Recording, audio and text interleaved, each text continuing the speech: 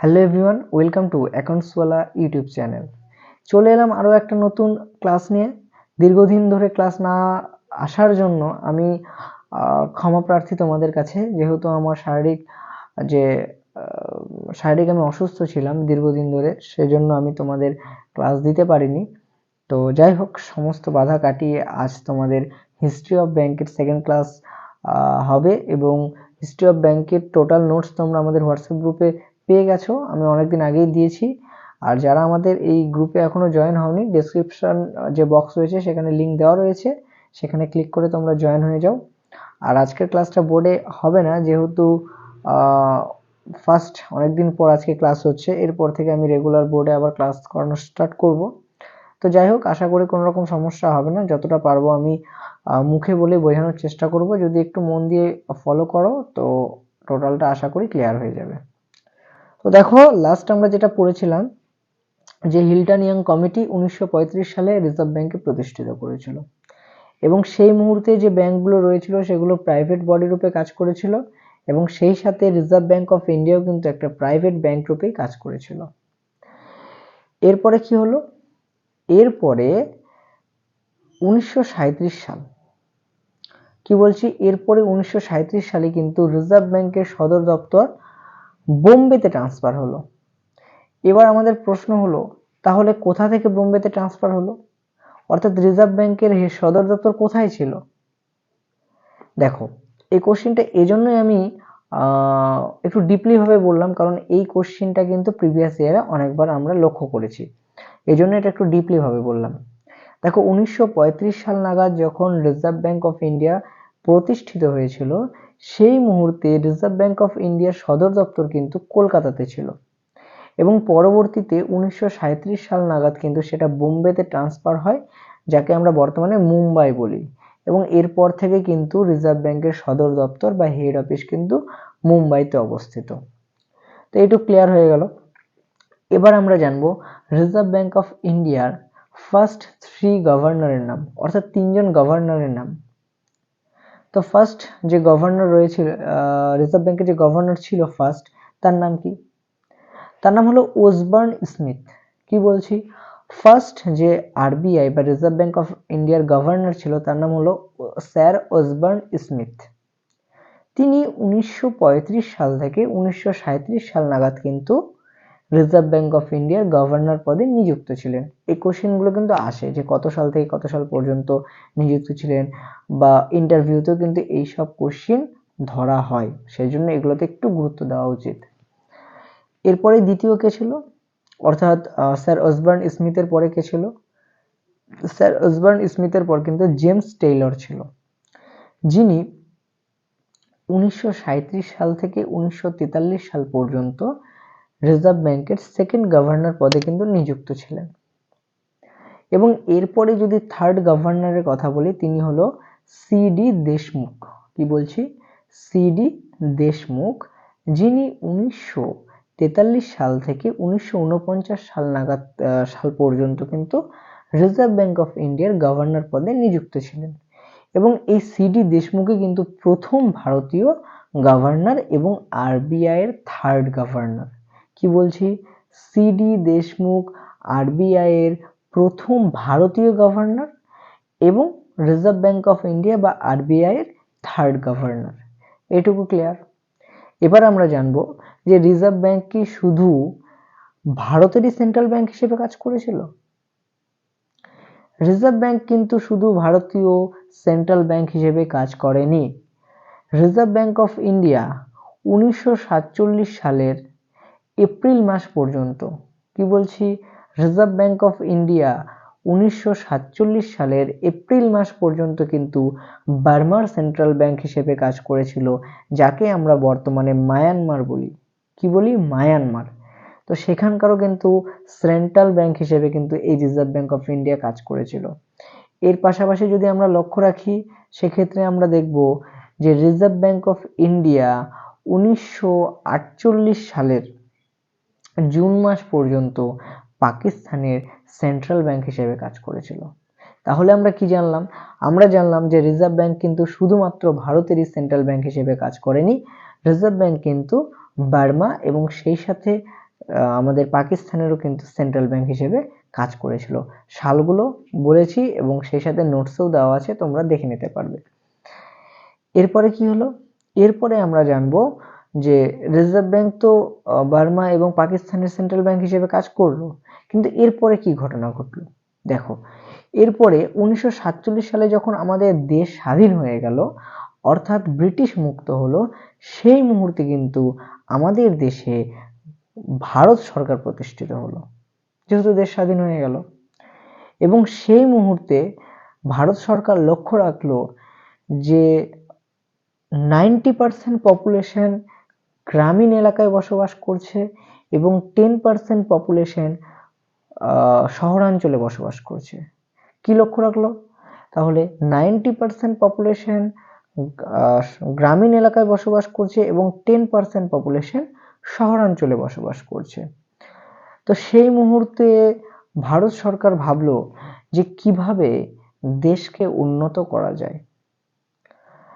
আর এই উন্নত করার জন্যই ভারত সরকারের কিন্তু প্রচুর পরিমাণে অর্থের প্রয়োজন ছিল। কিন্তু যেহেতু প্রথম বা নতুন দেশে সরকার প্রতিষ্ঠিত হয়েছিল, সেই মুহূর্তে কিন্তু সরকারের হাতে সেই পরিমাণে অর্থ বা মূলধন ছিল না দেশ উন্নত করার জন্য। আর এই কারণেই কিন্তু ভারত সরকার একটা মাস্টার প্ল্যান খেলালো। কি সেই মাস্টার প্ল্যান? ভারত সরকার দেখলো যে যেই 90% পপুলেশন গ্রামাঞ্চলে অবস্থিত, সেখানে যদি বিভিন্ন ব্যাংকের ব্রাঞ্চ ওপেন করা যায়, তাহলে হয়তোবা দেশকে উন্নত করা পসিবল বা সেই গ্রামাঞ্চলটাকে উন্নত করা পসিবল। তো এই জন্যই কি হলো, এই জন্যই বিভিন্ন প্রাইভেট ব্যাংকগুলোকে ভারত সরকার বলল যে তারা যেন সেই গ্রামাঞ্চলে তাদের ব্রাঞ্চ ওপেন করে। এবার প্রশ্ন যে তারা যদি সেই অঞ্চলে ব্রাঞ্চ ওপেন করে, তাহলে কিভাবে সেই গ্রামাঞ্চলটা উন্নত হবে। দেখো, আজ যদি আমাদের আশেপাশে একটা ব্যাংক থাকে, তাহলে আমরা ফার্স্ট যেটা করব, একটা বিজনেস শুরু করার জন্য আমরা কিন্তু আমাদের যে অর্থের প্রয়োজন, সেটা যদি পর্যাপ্ত পরিমাণে না থাকে, আমরা কিন্তু তৎক্ষণাৎ সেই ব্যাংকে যাব এবং ব্যাংকে গিয়ে আমরা লোন চাইবো। আর ব্যাংক যদি সেই লোনটা আমাদের দেয়, আমরা কি করব, আমাদের বিজনেসটাকে বাড়াবো, সেখান থেকে প্রচুর ইনকাম হবে। সেই ইনকামের বা লাভের কিছু অংশ আমরা যে আমাদের লোন রয়েছে সেটা পরিশোধ করব এবং কিছুটা অংশ আমরা সঞ্চয় করব। তো এইভাবেই ধীরে ধীরে উন্নত হবে। তো সেই পদক্ষেপটাই কিন্তু সরকার নিয়েছিল গ্রামাঞ্চলে, যে কিভাবে সেখানে ব্রাঞ্চ ওপেন করে উন্নয়ন করা পসিবল। তো দেখো, যদি সেখানে ব্রাঞ্চ ওপেন হতো, তাহলে কি হতো, গ্রামবাসীরা ব্যাংকে গিয়ে লোন চাইতো এবং লোন নেওয়ার ফলে তাদের যে কৃষিকাজ রয়েছে, সেই কৃষিকাজের যে মাত্রা সেটা বৃদ্ধি পাবে। এর ফলে কি হবে, ফসল উৎপাদন বৃদ্ধি পাবে। সেই ফসল বিক্রি করে যে টাকা আসবে, সেই টাকা থেকে তারা লোনটাকে শোধ করবে এবং সেই সাথে কিছু অংশ নিজেদের কাছে রেখে দেবে। আর যদি এই কৃষিক্ষেত্রে যদি অত্যাধিক ফসলের কি বলবো, ফসলের চাহিদা বাড়ে, তো সেক্ষেত্রে কি হবে, সেক্ষেত্রে ট্রাক্টরের প্রয়োজন পড়বে। তো এই ক্ষেত্রে শিল্পক্ষেত্রেও একটা পরিবর্তন আসবে। ট্রাক্টরের যদি প্রয়োজন বাড়ে, তাহলে কর্মসংস্থান বাড়বে, সর্বোপরি ইকোনমিক যে গ্রোথ বা ডেভেলপমেন্ট, সেটা কিন্তু বৃদ্ধি পাবে। আর এভাবেই কিন্তু সেই গ্রামাঞ্চলটা উন্নত হবে। তো এই জন্যই কিন্তু ভারত সরকার এই পদক্ষেপটা নিয়েছিল। কিন্তু সেই মুহূর্তে একটা ভয়ানক জিনিস লক্ষ্য করা গেল। কি সেই ভয়ানক জিনিস? ভয়ানক জিনিসটা হলো, সেই প্রাইভেট ব্যাংকগুলো কিন্তু সেই গ্রামাঞ্চলে তাদের ব্রাঞ্চ ওপেন করতে রাজি হচ্ছিল না। কেন রাজি হচ্ছিল না? 2023 সালে দাঁড়িয়ে কেউ বলতে পারবে না যে কোনো গ্রামাঞ্চলে Axis bank, HDFC bank, ICICI bank তাদের ব্রাঞ্চ ওপেন করেছে। কেন ওপেন করেনি? কারণ সেই প্রাইভেট ব্যাংকগুলোর প্রধান উদ্দেশ্যই হলো মুনাফা অর্জন করা। তাদের কোনো রকম উদ্দেশ্য নয় যে কিভাবে কোনো একটা অঞ্চল উন্নত হবে। তো এই লক্ষ্যগুলো কিন্তু তাদের ছিল না। তাদের সর্বদাই একটাই লক্ষ্য ছিল যে কি করে তারা মুনাফা অর্জন করবে। তো সেই জন্য 23 সালে দাঁড়িয়েও কিন্তু আমরা দেখি না কখনো যে বিভিন্ন গ্রামাঞ্চলে সেই ব্যাংকগুলো, প্রাইভেট ব্যাংকগুলো রয়েছে। তাহলে সেই সময় অর্থাৎ 1947 সালে তারা কিভাবে সেখানে ব্রাঞ্চ ওপেন করবে?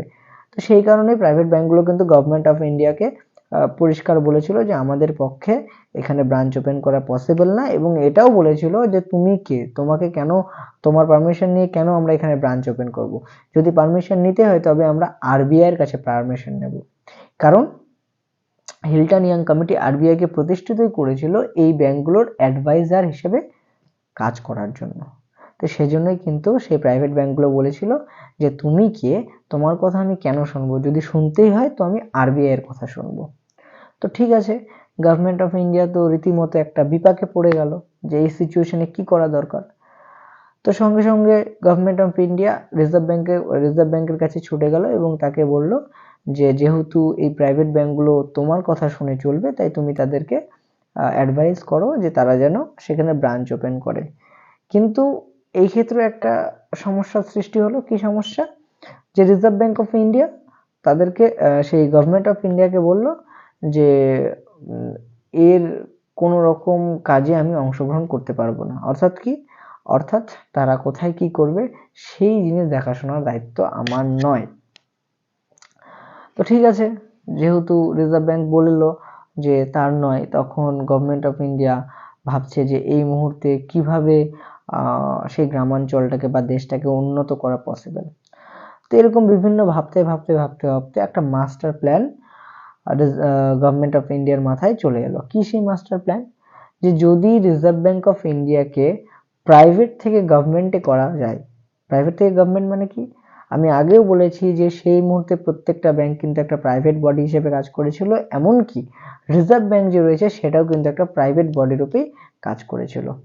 তাই গভর্নমেন্ট অফ ইন্ডিয়া ভেবেছিল যে যদি রিজার্ভ ব্যাংক অফ ইন্ডিয়াকে প্রাইভেট থেকে যদি তাদের নিজেদের আন্ডারে কনভার্ট করতে পারে তাহলে কিন্তু একটা কোনো চান্স আসতে পারে। তাই রীতিমতো কি করলো, 1949 সাল নাগাদ রিজার্ভ ব্যাংক অফ ইন্ডিয়াকে ন্যাশনালাইজড করলো। অর্থাৎ কি? অর্থাৎ একটা প্রাইভেট বডি থেকে সরকারি বডিতে বা রাষ্ট্রায়ত্ত ব্যাংকে পরিণত করলো। তো যখনই রিজার্ভ ব্যাংক অফ ইন্ডিয়াকে 1949 সাল নাগাদ ন্যাশনালাইজড করা হলো, তখন কিন্তু reserve bank of India government of ইন্ডিয়ার আন্ডারে চলে এলো। এবং যখনই গভর্নমেন্ট অফ ইন্ডিয়ার আন্ডারে চলে এলো, তখন ভারত সরকার তাকে কি বলল যে হ্যাঁ, এখন তুমি আমাদের আন্ডারে, এখন তুমি সেই প্রাইভেট ব্যাংকগুলোকে বলো তারা যেন অতি শীঘ্রই সেই গ্রামাঞ্চলে তাদের ব্রাঞ্চ ওপেন করে। কিন্তু তখন রিজার্ভ ব্যাংক অফ ইন্ডিয়া একটা কথা বলেছিল যে 1934 সাল নাগাদ যখন reserve bank of India act pass হয়, সেখানে কোনো লাইনে বা অ্যাক্টে বলা নেই যে ব্যাংকগুলোকে এক কথায় ব্যাংকগুলো কি করবে, সেই কি বলবো, ব্যাংকগুলোর দেখভাল যে রয়েছে, যে ব্যাংকগুলো আদৌ সেখানে তাদের ব্রাঞ্চ ওপেন করবে কিনা এই সমস্ত দায়িত্ব পালন করার, এরকম কিন্তু কোনো অ্যাক্ট সেই 1934 যে রয়েছিল আরবিআই অ্যাক্ট সেখানে কিন্তু বলা ছিল না। তো এই জন্য কি করলো, এই জন্য রিজার্ভ ব্যাংক অফ ইন্ডিয়া তাদেরকে প্রেশার দিতে পারলো না, যেহেতু তার অ্যাক্টে নেই তো কি করে প্রেশার দেবে। তো তখন গভর্নমেন্ট অফ ইন্ডিয়া কি করলো, একটা নতুন পার্লামেন্টে অ্যাক্ট পাস করলো। কি অ্যাক্ট? ব্যাংকিং রেগুলেশন অ্যাক্ট, যেটা 1949 সাল নাগাদই পাবলিশ করা হয়েছিল পার্লামেন্টে। এবং এই অ্যাক্টে কিন্তু রিজার্ভ ব্যাংক অফ ইন্ডিয়াকে একটা পাওয়ার দেওয়া হয়েছিল। কি পাওয়ার দেওয়া হয়েছিল? যে এখন থেকে প্রত্যেকটা ব্যাংক রিজার্ভ ব্যাংক অফ ইন্ডিয়ার কথা শুনে চলবে এবং রিজার্ভ ব্যাংক অফ ইন্ডিয়ার যাবতীয় গাইডলাইন্স মেনে কিন্তু এই যে প্রাইভেট ব্যাংকগুলো রয়েছে সেই ব্যাংকগুলো কিন্তু কথা শুনে চলবে বা গাইডলাইন মেনে চলবে। তো এরকমই কিন্তু একটা পাওয়ার দেওয়া হয়েছিল 1949 সালে ব্যাংকিং রেগুলেশন অ্যাক্টের মাধ্যমে, যেটা গভর্নমেন্ট অফ ইন্ডিয়া পার্লামেন্টে পাবলিশ করেছিল। তো এইভাবেই কিন্তু রিজার্ভ ব্যাংক অফ ইন্ডিয়ার কিন্তু হাতে একটা পাওয়ার এসেছিল, যার ফলে রিজার্ভ ব্যাংক অফ ইন্ডিয়ার গাইডলাইন বা তার যা নির্দেশিকা সব কিন্তু এই প্রাইভেট ব্যাংকগুলো মেনে চলতে বাধ্য হয়েছিল সেই সিচুয়েশনে। তো এইভাবেই কিন্তু একটা প্রাইভেট ব্যাংক থেকে রিজার্ভ ব্যাংক অফ ইন্ডিয়া যে একটা প্রাইভেট ব্যাংক ছিল, সেই প্রাইভেট ব্যাংক থেকে কিন্তু ন্যাশনালাইজড ব্যাংকে পরিণত হলো রিজার্ভ ব্যাংক অফ ইন্ডিয়া। তো এই ছিল আজকের ছোট্ট একটা ক্লাস। যেহেতু আজকে বোর্ডে করালাম না, তাই সেরকম কিছু বললাম না, যেহেতু এর পরের পার্টগুলো একটু বড় রয়েছে এবং বোঝানো রয়েছে, সেজন্য সেখানে বোর্ডের দরকার রয়েছে। তো যাই হোক, আজকের এইটুকুই ক্লাস ছিল। নেক্সট যে ক্লাস রয়েছে সেখানে আমি সম্পূর্ণ ডিটেলস বোর্ডে বোঝাবো এবং সেই সাথে নোটস তোমরা পুরোটাই পেয়ে গেছো। তো ধীরে ধীরে পড়তে থাকো, অসুবিধার কিছু নেই। আর আমি যেখানে তোমরা বুঝবে না তার জন্য তো আমি আছি, টোটালটা ক্লিয়ার করে দেবো। আর হ্যাঁ, যদি ভিডিওটা সত্যিই ভালো লেগে থাকে বা মনে হয় যে হ্যাঁ কিছুটা হলেও জ্ঞান অর্জন করতে পেরেছো বা তোমাদের কনসেপ্ট ক্লিয়ার করতে পেরেছো, অবশ্যই একটা লাইক করে দিও, কমেন্ট করে দিও, চ্যানেলটা সাবস্ক্রাইব করে দিও আরও নতুন নতুন ক্লাস পাওয়ার জন্য। সেই সাথে যারা ব্যাংকিং প্রিপারেশন নিচ্ছ সেই সব বন্ধুদেরকে তোমরা কিন্তু শেয়ার করতে ভুলো না। ততক্ষণের জন্য প্র্যাকটিস করতে থাকো, কারণ ব্যাংকিং মানেই মক টেস্টের খেলা।